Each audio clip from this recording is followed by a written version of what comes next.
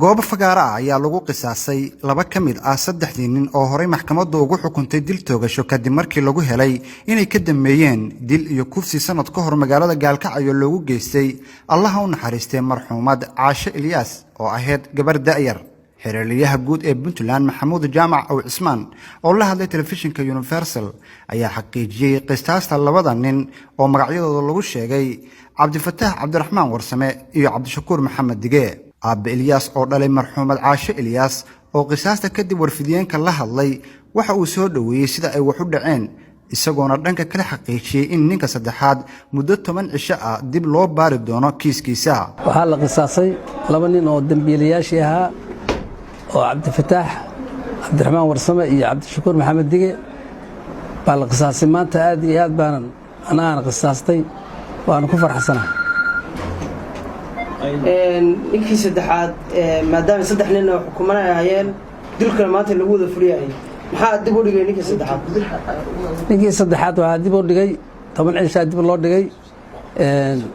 waana dambiilo ahaa codsi baa jiray xagga maartay dadka ah iyo annaka waana 10 waana la hubinayaa 10 cisho codsiga waxa wada dhibay aniga iyo dad iyaga ka tirsan baa wada dhibnay in la hubiyo ninkaas nimankii Caashe dilay waa wada qaanay daris baan ahayn waan wada hadalnay xataa waa iscafinay afis bay iga dalbadeen iyagoo tiirka gaariga saaran gaal shiraha aakhirun baa warjiraa baan ku yiri tiirkana la geeyay waana la dilay goobjoog baan ahaa xataa markay dhinteen dhuunta iyo gacanta waa ka taabtay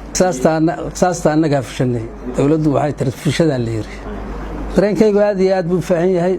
Soomaaliyeena waa u mahadinayaa dadkii dambigaas galay Caashe Ilyas aadan ka galay waa la togtay laba